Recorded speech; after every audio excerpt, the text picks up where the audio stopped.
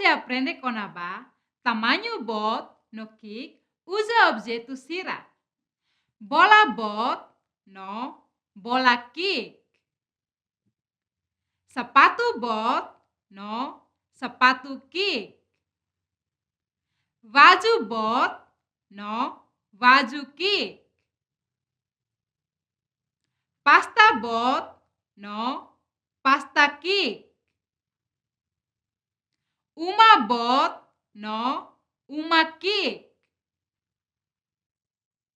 Parabéns! Que tahaluha!